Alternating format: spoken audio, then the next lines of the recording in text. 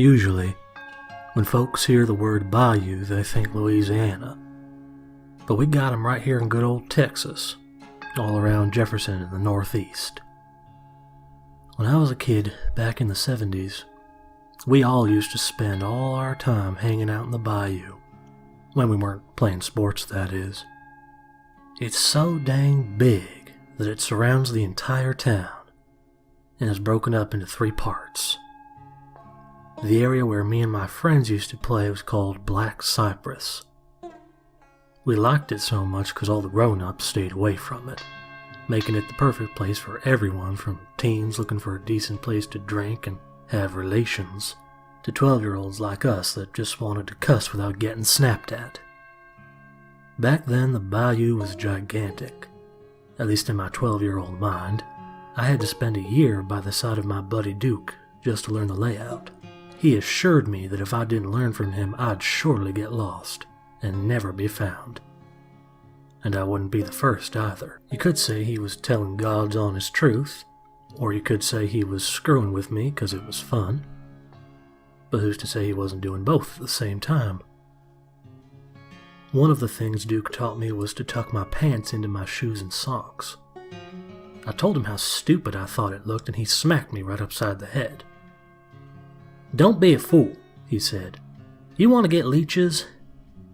I'll just stay out of the water," I said. "Shoot, Doug, you really are a fool," he said. "Don't you know leeches can crawl on land? They smell your skin and come out of the water looking for you." Once again, I wasn't rightly sure whether Duke was taking me for a ride or just being straight up. But seeing how he was bigger than me, I took his advice. These days, the bayou's barely even half the size it was back then, or it looks that way at least. As the bayou shrinks, the town grows. I don't bother keeping track of what kids these days are up to. Do they still go down to Black Cypress? Or are they too busy on their iPhones? I haven't been down there since right about the last time I saw Duke. It was late in the summer, and we were enjoying the last few days of August before having to head on back to school. Ever have your parents come up to you and say, "What are you doing just laying around doing nothing? Get off your backside and go do something"? Well, when I grew up, and I don't rightly know exactly when that was, I think I figured out why they say that. We adults don't get the chance to do nothing much. We're jealous that kids get to do something that got taken away from us long ago. But really, if you ask me, that's all the reason to let them have their nothing. You don't need to take it away from them. Life will do that on its own. We were wading through ankle-deep water. Duke's dog, a black lab named Jake, prancing by our side. Duke had Jake since he was a pup, and the two were as inseparable as boy and dog ever were. There were times when I wanted to play baseball, but Duke was too busy picking ticks out of Jake's hair. We played fetch with Jake as we walked through the bayou, tossing the stick out for Jake to find and bring back. This was Duke's clever way of figuring out how deep the water was. Jake had no reservations about swimming, and would follow the stick no matter where we threw it. Late in the afternoon, we saw something by one of the tree trunks. At first I thought it was some kid's old doll that they'd left behind, but it wasn't no doll. It was a possum. A dead possum. The carcass was shriveled up as if it had been lying out in the sun for days, the flesh tight and wrinkled like jerky. Duke let out a low whistle. "Well, would you look at that?" he said, picking up a long dead stick and poking the possum on its side. "I don't remember this being here yesterday." "So?" I asked. "Boy, don't you think about anything?" Duke asked. "If it died in the last day, then it wouldn't be so rotten looking. Something that's dried out and rancid's been dead for weeks." "Nah, can't be," I said. "If it had been dead that long, then it should have been here yesterday.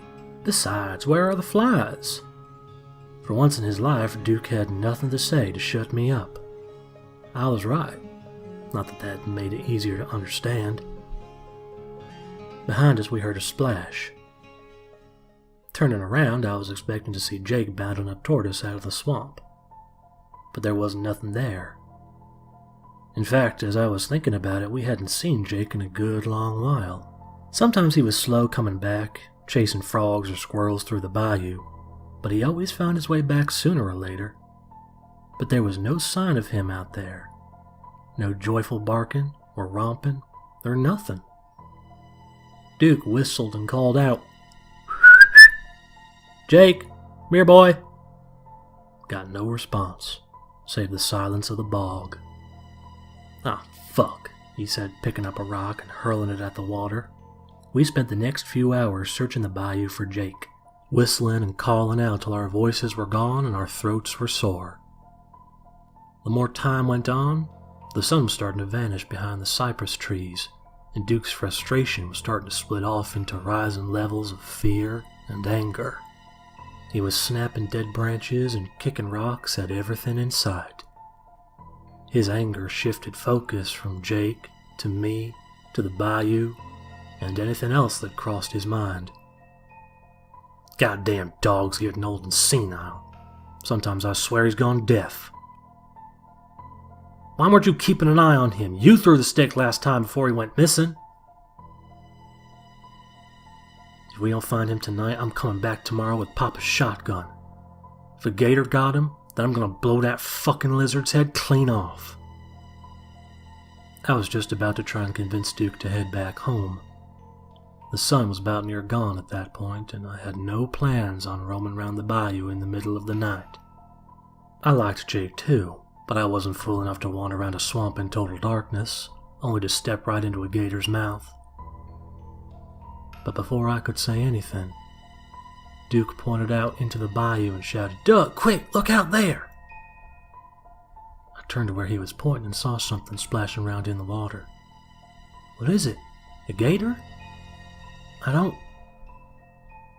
think... "Oh, hell, Doug! It's a man!"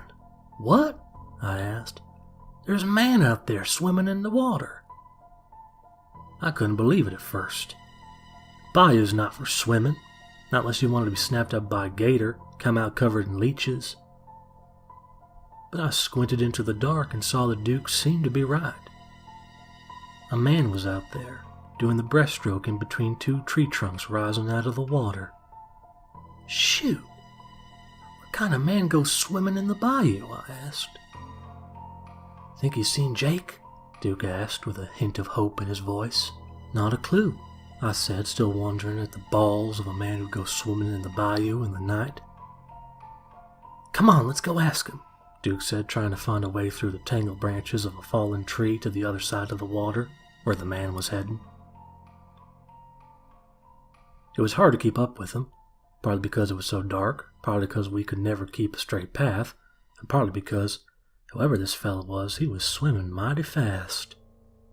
And just as he made landfall about 500 feet out in front of us, we saw him. Oh no. No, him ain't the right word. We saw it crawl out of the water and onto land. We thought it was a man because we saw its arms doing strokes through the swamp water.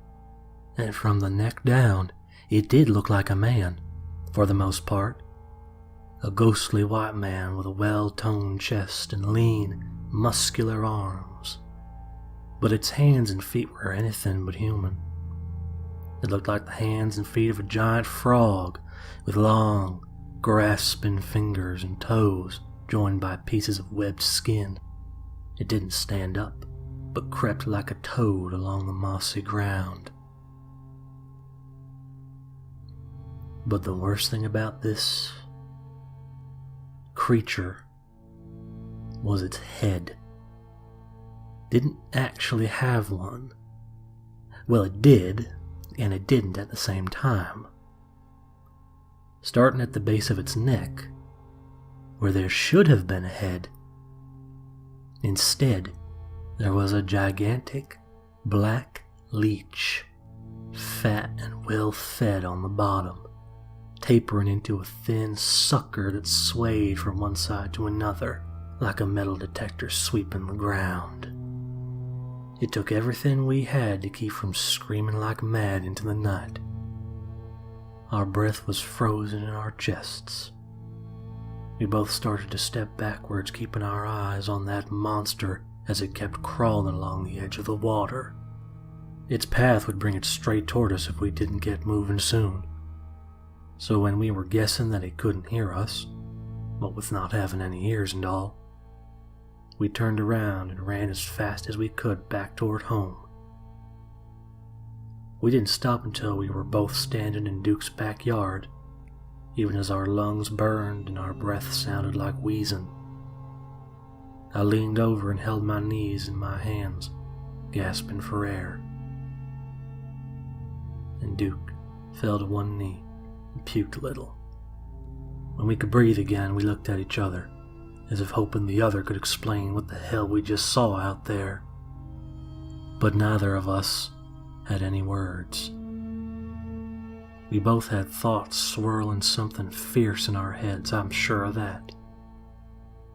But I think the both of us were just too scared out of our wits to dare say anything. We went back to our houses without another word. Neither one of us said anything for about 4 weeks.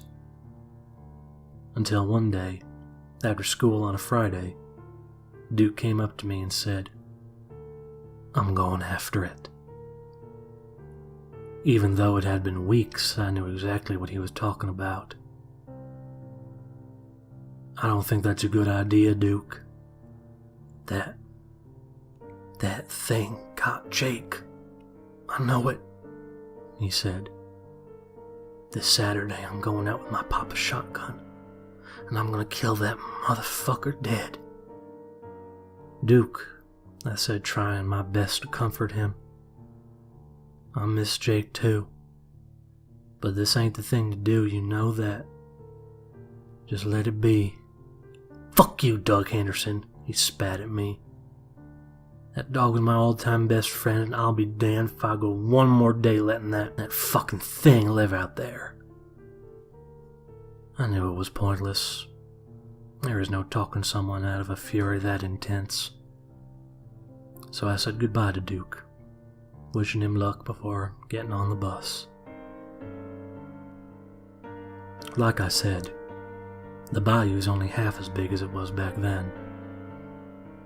They just keep building, taking a little more of the bayou with them.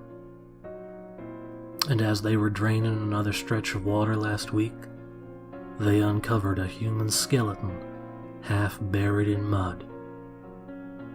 The police say it's the skeleton of an adolescent male, between 11 and 15, that must have been there for nearly 40 years at least. There's not much space left for the frogs, the egrets, the gators. The more pieces of the bayou we lose, the more of its creatures start to disappear. And that don't make me as sad as it does some other folks.